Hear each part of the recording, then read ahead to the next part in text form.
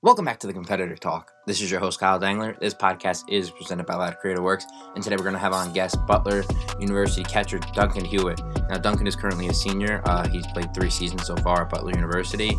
He's from the state of Indiana. We're going to be talking to him today about the upcoming season, his past time playing in summer ball also, and how that's transitioned into his college success, and then how he's battling back from injury last year. He had his one of his best seasons thus far at Butler University cut short due to injury. He was batting .333. So just how he's trying to rebound, especially for his senior year, going into not only Big East play, but the entire season, which starts up in February. So we're just going to get started now. Let's get going.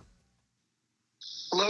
Hey, Duncan. How's it going? It's going good. How are you, man? Good. Yeah, so thanks for coming on the show. We know you're busy, and we'll just get right into it if you're ready. Absolutely. Yeah. So, I just wanted to start off with you because it's interesting, being from, the state of Indiana, going to Butler, which, obviously is known more for the basketball aspect, but, having that baseball team also, especially in the Big East, one of the better conferences, in the, United States when speaking in terms of baseball, you got yourself with Butler, you got Seton Hall, St. John's, just a lot of different teams and a lot of different variety of, different talents at each position. I mean, for you going into that, were you always set on Butler? What kind of led you to Butler besides just it being close to home?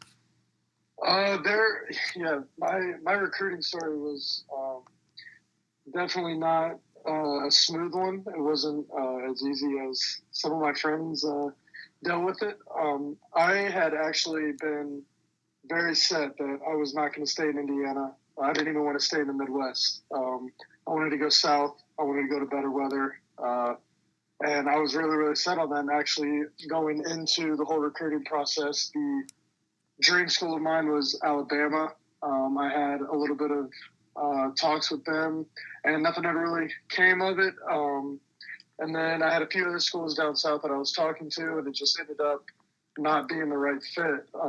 And going forward, Butler ended up reaching out to me, and what really stood out was not only that they made the transition to the Big East. It wasn't that,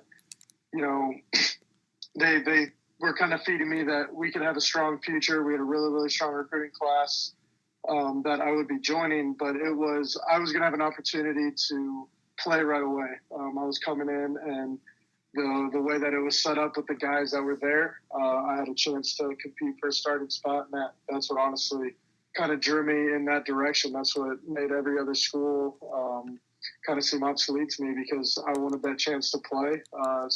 At other schools, sometimes you go in, they already got their guy. And just the fact that I knew I was going to be able to have a chance to go for it, that was really what got me there. Yeah, you brought up the cold weather instinct just because, we've had some guys, a lot of guys, especially, in pro baseball, come from the South, whether it's, Florida, like you said, Alabama, or either from the West with California. But, we've had some guys from, Jersey, New York, kind of the Northeast region, along with now you coming from the Midwest. That cold weather, playing in that, especially, I know in early February you probably go down south to play, but, even in March and, even, into April, it could still be cold. For you, how much does that impact not only your game, but, the entire team's strategy going into games? Oh, absolutely. It plays, the biggest factor of the day, minus whichever guy either team has on the mound. The weather is everything. So we play, I'd say at least, 6 to 10 games a year where it's below 35. It could be snowing, sleeting. The wind is, never nice. And what it really does is we have to take into account, especially ball flight. You got to show up to the park and understand that it's not going to be very easy to hit a baseball over 400 feet that day. Yeah. So you got to go into your at bats knowing that you can't really be swinging for the big one because you don't know if it's going to go. The preparation is huge going into those games, because if you're not taking care of your body, if you're not, warming up properly, you don't have the right layers on, you're really, really risking injury. And that's honestly the biggest thing we worry about every single time we have to play those games is, especially our guys that are pitching, are their arms okay? When guys come in, we have heaters in the dugout, pretty much unless you're hitting, got to sit under the heaters, got to stay warm, stay loose, because it's just such a risk to go out there and hurt yourself. But, we do it every day, so we found a good way of dealing with it, and we handle it just fine. Yeah, so going into a game, I know we just talked about you preparing, either whether it's batting or catching in terms of the cold weather, but for the entire team, is it kind of an advantage for you guys, coming from the cold weather, even when you're going into other Big East opponents, or even if they're coming to you? I mean, do you feel that the cold weather environment is actually an asset to you, rather than a disadvantage to your team? In a lot of ways, yeah. It definitely depends on who we're playing. If we're playing another Midwest team, then they probably deal with it the same way we do. But we certainly have those games every year where, it stands out. We practice in it whenever we can, as long as it's not snowing and there's not too many inches on the ground. We get out there because, our coach is always saying that we're going to have to be ready for it. This is what you're going to play in. And it really comes down to a mental game at that point. And as long as, we're more used to it and we are stronger mentally and just able to push through for the 9 innings, it definitely serves as an advantage to us. Yeah, awesome. So, speaking in terms of, the seasons thus far that you've been a part of, even looking to last year going 500, the season before, making that push going 34-20, and then, even, your freshman year having a pretty good record, 31-20. I mean, you've always, the Butler way, even in all sports for you guys, it's definitely about winning and winning the right way. But, in terms of baseball, having that success and, trying to transpire that into even more success this coming up year in 2020. I mean, what's it going to take for you guys to kind of get over that hump and kind of, go farther than just making the Big East tournament? Yeah, that's what's been on my mind ever since I got on campus this year, moved in. It's been, what can we do to help take this team to the next level? And there's been a lot of factors that have gone into that. We've taken steps outside of off the field, how we handle ourselves, making baseball more of a priority. And the main thing is going to be when we're on the field, it's going to take, you hear the term, it takes everybody, but that is really what it's going to mean for us this year. We have a lot of older guys that have a lot of experience, but we're also very, very young, and we have a lot of depth. But we're going to need guys to step up and really fill roles. And if, you're a guy that isn't seeing all the playing time in the world, we need those guys to be in the dugout and be behind us and to really, just being a good teammate, that kind of thing. And as far as, not just making the tournament, but winning it, getting this team to, its first ever regional, that is absolutely my number one goal. And I firmly believe we have the team to do it. And I think the best way for us to do that is going to carry a different type of swagger than you've kind of seen from us in the past. We've been, I don't want to say the nice guys. I don't want to say the bad guys, but we've kind of been there. We just kind of show up and, we have the expectation to win. But this year, I think we have a lot of almost attitude on the team. We have guys that are kind of fed up of being, seen as, the middle of the pack, lower the pack, and we're coming to take it. And as long as we bring that kind of mindset, and, that kind of real just aggressive kind of style into our game, I think we're going to elevate. We're going to be really, really good.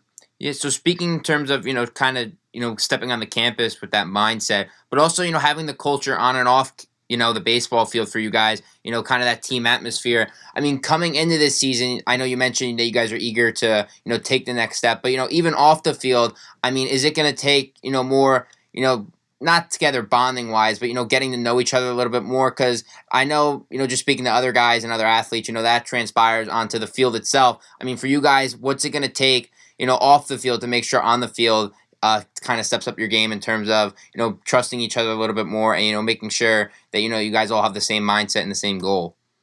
Absolutely. It really does come down to, the chemistry and how well your guys get along. And it's a difficult task. It really is, especially when, we have 40 guys on our roster, some ways 44, with some guys that are, working out, trying to earn a spot onto the roster. And that's a lot of guys. It's a lot of personalities. That's 44 guys that are kind of forced into being friends. And the best part about the team that we have this year is it doesn't really feel like anybody's forced to be someone's friend because everyone has gotten along so well. But things that need to happen off the field are things that everybody knows. You got to look out for your teammates, and you really got to make unselfish decisions, because one selfish decision from anybody on the team is going to reflect poorly on everybody on the team. And in the past, I've been on teams before where that's really gotten in the way, and we made that, absolutely clear in the beginning of the year that we had our rules, we had team rules, we had ways that we're going to go about ourselves and handle ourselves, and everybody's done an absolutely fantastic job this fall, going into this winter. I mean, I couldn't be more proud of our guys, and I think we're coming together really, really closely, and it's a lot of fun. Yeah, so, being one of 3 catchers on the roster, the other 2 being juniors, one being a junior, one being a freshman. I mean, for you, now looking back, once being the freshman and now, being the senior, I mean, how's it going to go for you in terms of, making sure on the field you're productive, but also off the field and even on the field, making sure that, you make the right steps to, treat kind of the freshmen how you were maybe once treated, give them tips, make sure they understand how to go about the ways that, college athletes do, especially, the Butler way. I mean, for you looking into this season, I mean, what's it going to be for you to not only, do that, but do that in the right way? Yeah, that actually means quite a bit to me, because I have, in my career, I've always been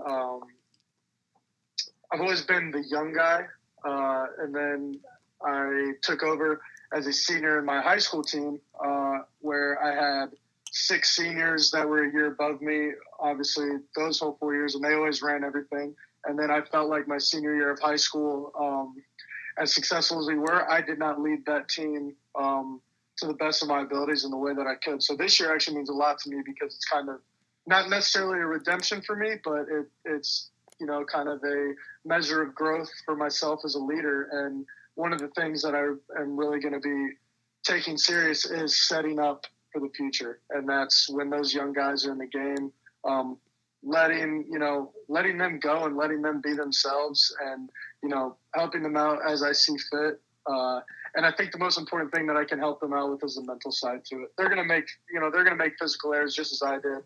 They might not hit 300 as I didn't. Anybody can check the numbers. I was like 150 with a million strikeouts as a freshman, and it's all learning, it's all process, and helping them get through that process and deal with that failure. That's the biggest thing I can do, because that's the thing that I honestly wish I had when I was a younger player, is someone to tell me that, hey, this is a part of it, it's going to be okay, and you could show up next weekend and be the best player on the field. And that's the message I'm going to try and send to them. Yeah. So definitely, even looking back, just looking at your stats, looking at kind of how it went. I know last year, you kind of suffered an injury 15 games into the season. I wanted to ask you, because, there's a lot of different, perspectives on, the whole, getting your redshirt year back, whether you're going to get it or whether you're not going to earn it based on the NCAA rules. I mean, for you, how did that process go? And I mean, how excited are you to get that extra year back of eligibility for now? This isn't going to be your last year, and that you have another year to look forward to. Definitely. It works out in my favor a lot, and the process of it was, luckily, actually, it went very smooth. I was 1 game away. So, I mean, literally 1 at-bat away. And I started in another game, I wouldn't have gotten my red shirt. And it was a little funny story. I jammed my finger the weekend prior to tearing my meniscus, and I had to miss a game because I couldn't catch. Yeah. So that game that I would have caught, I wouldn't have gotten my red shirt. But so it worked out for me. The exciting thing is, I think it takes away some pressure for myself in regards to the next steps that I want to take in my career. I'm striving to, go pro and take that next step. And I think knowing that I have another year of college baseball if I need it, it takes a lot of weight off your shoulders, just knowing that this isn't going to be the end. I don't have to put all that pressure on myself that it's now or never. And also it's just, it's another year that I'll get to be around, 40 of the coolest guys that I know just playing my favorite sport. So at the end of the day, that's just another blessing within itself. Yeah. So I know, over the summer, I think it was this summer you played in the Northwoods League in the summer. Is that correct? Yeah, it wasn't this past summer, but the summer prior to it. Summer prior to. Yeah, so I wanted to ask you about that because, a lot of people, either go to that league or go to the Cape Cod League. And, we've had guys go to both, and they've always, come back with kind of, having that sense of, once you play with the best, coming back to college, not necessarily easier, but, you have that leg up and you have more of a mindset of the pro mentality. I mean, for you going through that, playing every day, playing against some of the best talent in the country and coming back to college, I mean, how much do you think that helped you, going into the season after going that summer to the Northwoods League? Yeah, I 100% made my biggest jump in that summer out in Fond du Lac, playing in the Northwoods. I went out there coming off of an extremely successful last couple months of the season, and I still had not quite. I still hadn't quite figured out how to bring it every day. The tables are turning, things, the gears are there, and I felt confident. But I got out there and just going every single day against, really just the best in the country. It shaped my mindset to a way that I don't think I could have gotten it anywhere else. Because it really is that pro lifestyle where, if you are awful on Tuesday, well, in 18 hours or whatever it is, however you're playing crazy again. it is with the Northwoods, yeah, you're playing again. You're right back out there. Yeah. I mean, and it's almost it's insane because you blink and you're in another game. And the best part for me was I was surrounded by guys on my team from all around the country, SEC, ACC, Big Ten, Big East, some D2 powerhouses, things like that. The guys I was with, I learned so much from them every single day, whether it be, taking care of your body, being ready, rest recovery in a weight room, or especially with hitting. I talked guys' ears off about hitting, especially Cole Zabowski kid. He's with the Tigers now. He was at Ole Miss, and I loved watching that kid hit. I couldn't talk to him enough about it. And once I got back on campus in the fall for our scrimmages, I did notice how much slower the game felt. And I think that was a true testament to the speed and the high level of play that I experienced in the Northwoods. And coming back from that also, it showed me that I 100% would love to play professional baseball. Yeah. Because everybody says, it's not just fun and games. It's not just playing in front of the fans and all this. There's, the road trips, the bus, the not so great hotels, figuring out how to eat right. And all those challenges that were faced, not one of them made me think, wow, I can't do this. It was I want to do this, and it's really, really fun. Yeah. So, going into, I think so it was the prior summer, and then going into your junior season, you went to the Northwoods League. Is that correct? Yeah. Yeah. So, making that jump, just even looking at your batting average, from your freshman to sophomore, making a jump, but that jump from sophomore to junior year, is definitely prevalent before the injury. For you, was it more of a mechanical thing? Was it more of, like you said before, learning from guys, about the more mental side? I mean, what kind of led to the progression with the batting average and, just being more consistent up at the plate? 99% mental, 1% change in my swing. Okay. I made a slight change in my swing.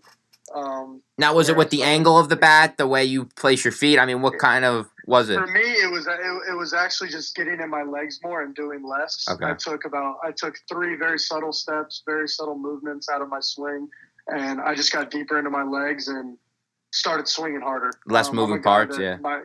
My body works one way, and it likes to work at full speed. For the first couple of years at Butler, I was definitely in my head and trying to figure things out, doing things differently, and I finally found a swing that I could stay consistent with. And I just trained it every single day, and that's honestly where the mental roadblock went away. I mean, I was in, our hitting facility, as I still am to this day, but I think about this time from sophomore to junior year, I mean, 2 to 3 hours a day, and it was nonstop. The work was the work was just insane. I was working out with a couple of my teammates, and we were always locked in. We were always getting better. It just seemed like every single day we were taking it up a notch. And it kind of hit me going into the season that I was the most prepared for that season than I had ever been. And that took all the weight off my shoulders right there, where I could just trust that the work was there. I had done everything that I possibly could do up to that point. And then I was just lucky enough I just got to go play and have fun. And I had not felt like that going into any season of my life, whether it had been a successful one or not.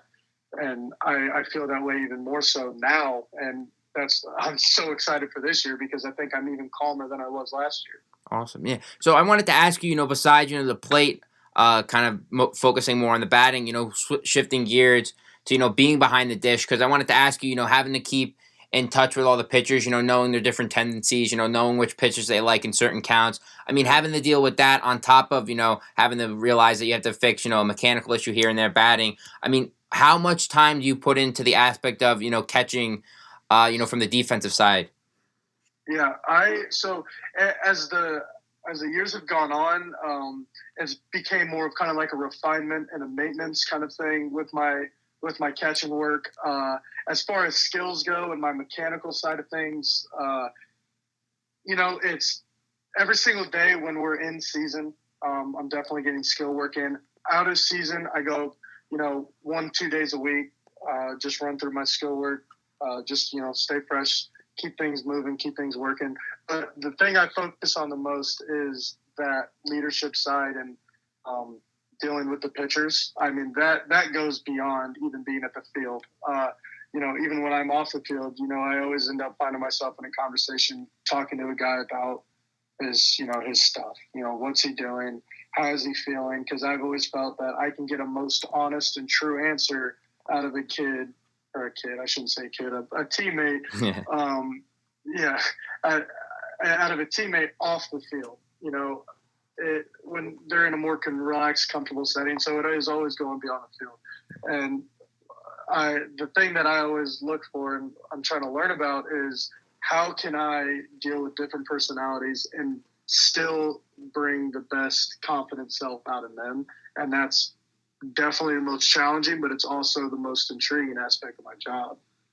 Now, I wanted to ask you, now that you mentioned kid, not in terms of, talking about them as kids, but, just some of the younger guys, some of the freshmen coming in or even sophomores versus, the seniors. I mean, how much more confident and how much more just kind of relaxed do you see the pitchers, at an older age, just going through the season, being through it once or twice before than kind of the younger guys coming in? I mean, how much more time do you have to put in with the younger guys than opposed to, say, kind of the veterans? Yeah, it's definitely like you got to put in more. There's a lot of guys that they understand. One of my favorite sayings that a coach ever said to me was, it's not the first time it's happened, and it's definitely not going to be the last time it happened. Now, when he told me that, it was about me giving up a home run, and I was like 10 years old, and I was like the end of the world. But now it's translated to me as, into defense and hitting, and I use that with my pitchers all the time. And the older guys, they have a better understanding that, today's failure is not going to make or break your career. And with younger guys, that is a very, very hard message to get across. It was an extremely hard one for me to accept. I'll tell you, for my first year and a half at Butler, I would go 0 for 4, and I thought my career was over. Yeah. And, I'd go back to my room, and, it was just an ongoing process of just getting more and more in your own head. And that's where, with younger guys now, since I've been through it and since I've seen how much more failure it can bring, I'm trying to nip it right there as soon as I see it, try and get them to understand that, hey, that's not the last home run you're going to give up. Or, sometimes it's almost like it's almost like a laughable experience, I've seen guys go out there and they're all pumped up, first college outing, and they get shelled. Yeah. I mean, they don't know where they're at because it's a different level. And guys that can, brush that off, laugh about it, and just be like, all right, that was my first taste. Those are guys that are going to, be more successful in that given moment. And the more guys we can get like that, the better. Now, going into this season, I know it starts up, February 14th for you guys down in South Carolina. But, before that, coming on the winter break and then, coming back to school, I mean, how much time do you guys get off, for the winter break? Are you guys there the whole time on campus? Obviously, you're practicing throughout the fall, but I mean, how much kind of preparation and off time are you going to get before, February is right around the corner? Right. Well, it comes quick, and we have finals week coming up this next week, and then 3.5 weeks of break, and we're not on campus for that at all. So all the work is expected to be done on your own. And we actually just had this talk yesterday that just because you're going on break doesn't mean baseball is not your priority. I mean, in all reality, basically 2 months away, and we're going to be going. So you gotta start turning it up a notch, really starting to get into full season swing. And we got those 3.5 weeks, and then we get back on campus. We have a week of individual work. We'll get back in the weight room as a team, and then we have 3 weeks, 20 practices to be ready to get on the plane and fly down to South Carolina. That's the true test right there, is that 3 weeks where, you're fitting almost a whole preseason into, 20 days. Yeah. And it's incredibly stressful, especially here where our practice locations are not ideal sometimes, nor our practice times because we're fighting weather. So it takes a true it's a true testament to a lot of the hard work that goes into it, especially being a Midwest team. But it's not a lot of time, but it comes quickly, and before you know it, we'll be out taking the field. Yeah, so, I wanted to ask you, as we're kind of wrapping up, I wanted to talk about, kind of the early February start for you guys, because I'm not sure, out in the Midwest when you start, kind of high school ball.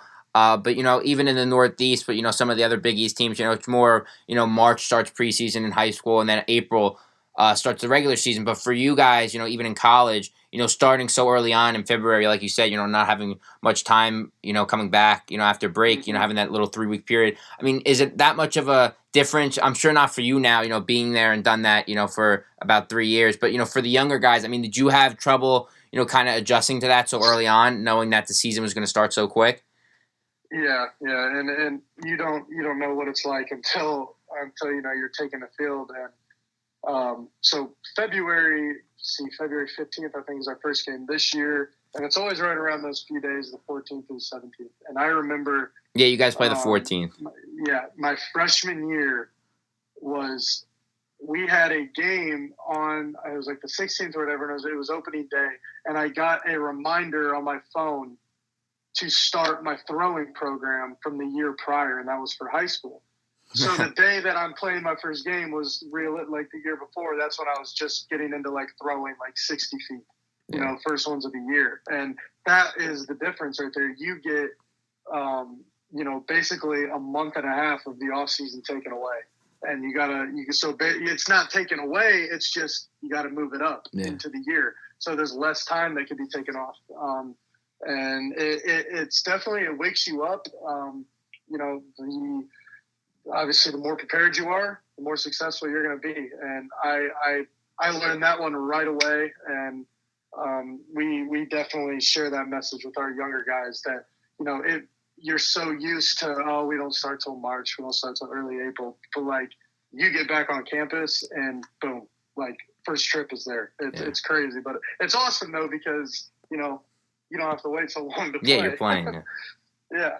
Yeah, so I wanted to ask you, just, aside from, the team aspect, just 3, kind of questions that, are more, personal to you in terms of, more of opinion based. I wanted to ask you, on the calendar, for this year, 2020, just looking at the teams you're playing, going through the list, obviously starting off with some non-conference games and getting in the conference game. I mean, who's the one team for you that you're circling on the calendar that you're looking forward to most? IU. Okay. IU, absolutely. Just because of the rivalry between you guys? I mean, what kind of makes that a little more? It's definitely, there's the in-state rivalry, but I feel like we are seen as kind of, the brother to them sometimes. And so that game means something to me because it's kind of like it's a message. It's a time that we can send a message. Whether we win or lose, it's all about how we play them. They're a very, very good team, and my God, they're very well coached. The new staff they have over there, they're incredible, and they're doing a great job. And it's nothing but respect for them. But they're one of those teams that they have a reputation, and they're a very good team. So you like to show that this is what we can do. This is how we compete with these teams. And also, it is in state, and those things help recruiting. That helps the future. So I think those games mean a lot.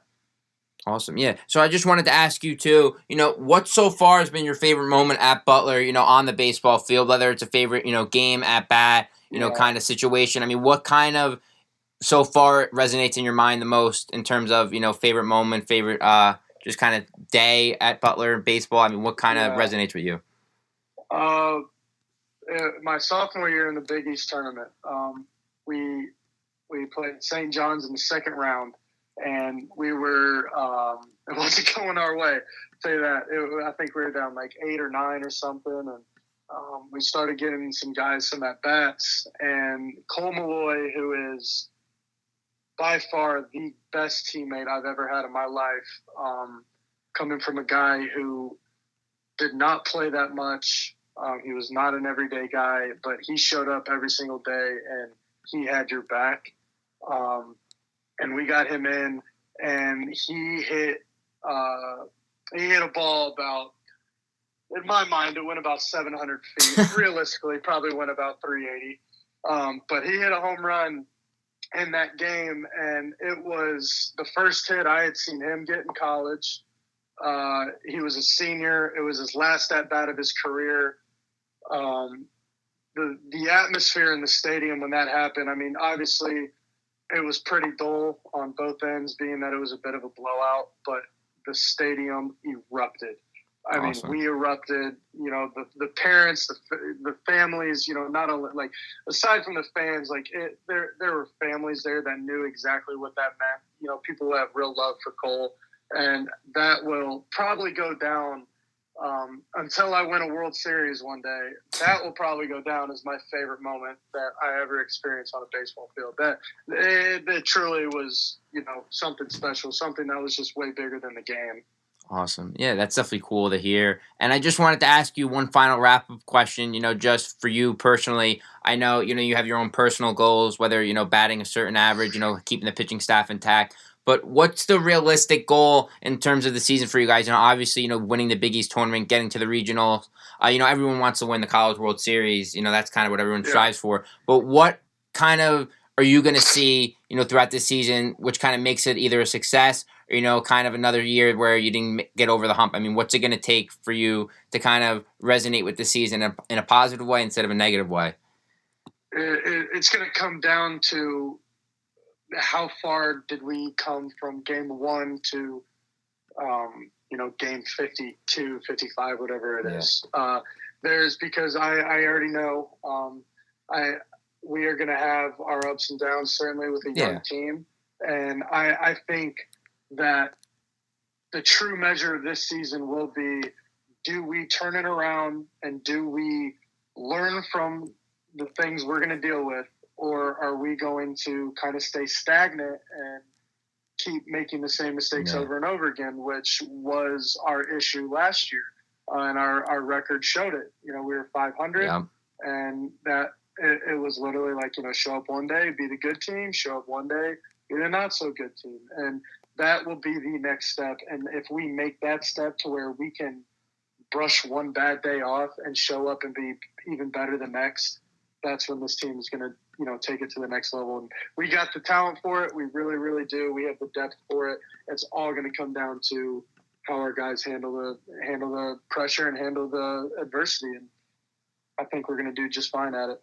Awesome. Yeah. So, thanks for coming on the show. It meant a lot for you to come on and talk some Big East baseball with us and some of your own personal memories through baseball this far. Looking forward to seeing you, go out on the field this year and, definitely, hopefully, take home the Big East crown. Absolutely. Thank you so much. I appreciate it. I'll do it anytime. Thanks. This is Duncan Hewitt. You're listening to Competitor Talk. All right. Thanks, Duncan. Thanks for coming on, and, hope to talk to you soon. Thank you. Yep, absolutely. Take it easy. Bye. Yeah, so that was Duncan Hewitt coming on from Butler University, Butler baseball catcher, Redshirt Junior. Got his senior year back due to injury, 15 games in the last season after he's batting .333. Definitely looking forward to him and the Butler team making a push this year for the Big East Championship and making a regional, something that they've never done, as Duncan mentioned. So wishing him and the team all the best, and thanks for listening.